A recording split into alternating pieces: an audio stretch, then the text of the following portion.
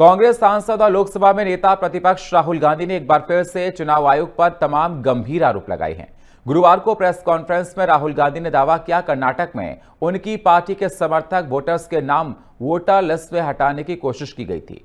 राहुल गांधी ने कर्नाटक के कलबुर्गी जिले के आलंद विधानसभा सीट के आंकड़ों का हवाला देते हुए दावा किया है कि अब राहुल गांधी के इस आरोप पर चुनाव आयोग ने भी जवाब दिया है।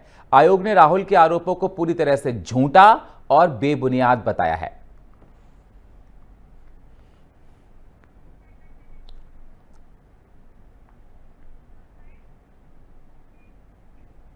कांग्रेस सांसद राहुल गांधी ने एक बार फिर से चुनाव आयोग पर निशाना साधा है। उन्होंने गुरुवार को एक प्रेस कॉन्फ्रेंस कर वोटर लिस्ट में गड़बड़ी करने का एक और सबूत दिया है। उन्होंने प्रेस कॉन्फ्रेंस की शुरुआत में कहा कि मैं अपने संविधान की रक्षा करूंगा, मुझे अपने देश और संविधान से प्यार है, मैं सबूतों के साथ अपनी बात रख रहा हूं। यह कोई हाइड्रोजन बम नहीं है, अभी उसका आना बाकी है। हम बार बार कह रहे हैं कि चुनाव आयोग वोट चोरों को बचा रहा है, ये लोकतंत्र के लिए कहीं से सही नहीं है, इसे रोकना हमारा काम है। हम इस देश से प्यार करते हैं। और क्या कुछ कहा कांग्रेस नेता राहुल गांधी ने प्रेस कॉन्फ्रेंस में, आइए आपको सुनाते हैं।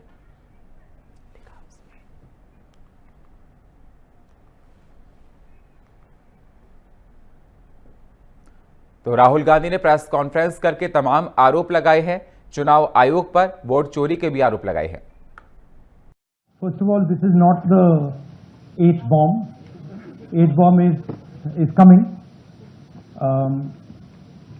This is another milestone in setting up and demonstrating to the youth of this country how elections are being rigged. Aland is constituency in Karnataka, 6,018 votes. Somebody tried to delete 6,018 votes. We don't know the total number of votes that were deleted in Anand in the 23 election. They are much higher than 6,018, but somebody got caught deleting 6,018 votes. And it was caught, like most crimes, by a coincidence. What happened was, the booth level officer there noticed that her uncle's vote was deleted. And so she checked who deleted her uncle's vote, and she found that it was a neighbor. पड़ोसी ने uncle का vote delete किया था। उसने जाके पड़ोसी से पूछा कि आपने मेरे अंकल का वोट क्यों डिलीट किया? पड़ोसी ने कहा मैं तो जानता ही नहीं, मैंने तो कुछ वोट डिलीट ही नहीं किया। Neither did the person deleting the vote know, nor did the person whose vote was deleted know. Some other force hijacked the process and deleted the vote. Let's come to why I'm making such a direct accusation about this gentleman, Yanish Kumar. There is an ongoing investigation on this matter in Karnataka. The CID of Karnataka has sent 18 letters in 18 months. 18 letters in 18 months to the Election Commission. And they have asked the Election Commission for some very simple facts. Number one, give us the destination IP from where these forms were filled. Give us the device destination ports from where these applications were filed. And number three, most important, give us the OTP trails, because when you file, you have to get notified. 18 times in 18 months. The CID of Karnataka has written to the Election Commission for this. And they are not giving it. Why are they not giving it? Because this will lead us to where the operation is being done. And we are absolutely convinced where this is going to lead. एक बात आई है जो मैं आपको बताना चाहता हूं कि इलेक्शन कमीशन के अंदर से हमें मदद मिलनी शुरू हो गई।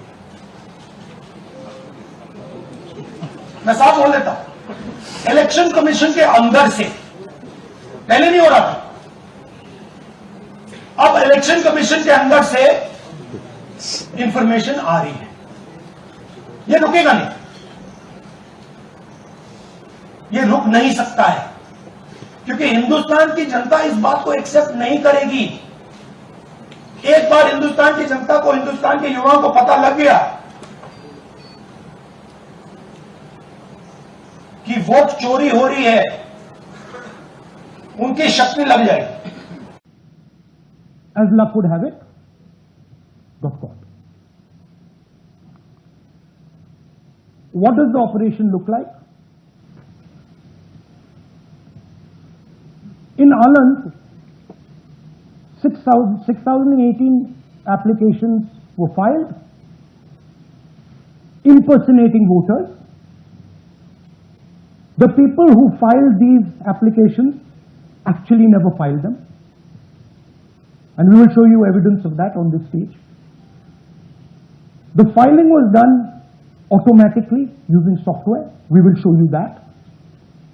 Mobile numbers from outside Karnataka, from different states, and you can see on the map, from different states were used.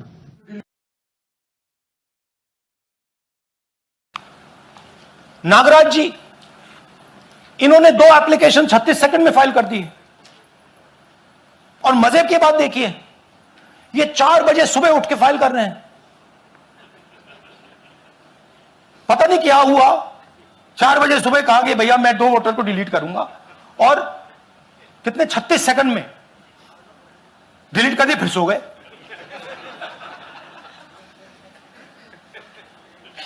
हमारी माइंड में पहले सवाल था कि क्या इलेक्शन कमीशन भी सो रहा है, मगर नहीं, सोया कोई नहीं है, जगे हुए हैं, सिस्टमैटिकली मदद हो रही है। चुनाव दर चुनाव हार और जनता से नकार दिए जाने वाले एक नेता, जिनके नेतृत्व में लगभग 90 चुनाव कांग्रेस पार्टी है, उनकी हताशा निराशा दिन पर दिन बढ़ती जा रही है और आरोपों की राजनीति को इन्होंने अपना आभूषण बना लिया है। जब इन्हीं के लगाए गए आरोपों को ऑथेंटिकेट करने के लिए कहा जाता है तो पीठ दिखाकर भाग जाते हैं, शपथ पत्र देने के लिए कहा जाता है तो मुकर जाते हैं। गलत और निराधार आरोप लगाना राहुल गांधी जी की आदत बन गई है। It has become a habit of Shri Rahul Gandhi to make incorrect and baseless allegations. और बार बार आरोप लगाने के बाद माफी मांगने का काम और कोर्ट से फटकार खाने का काम राहुल गांधी जी का हो गया है। आप देखिए, राफेल हो, चौकीदार चोर हो, या फिर सावरकर जी आरएसएस की बात, या फिर पैकेजेस के मामले, सब पे इनको फटकार ही लगी है। कई बार कोर्ट में माफी मांगनी पड़ी, तो कीचड़ उछालो और भाग जाओ, हिट एंड रन के मामले राहुल गांधी जी के कई। आज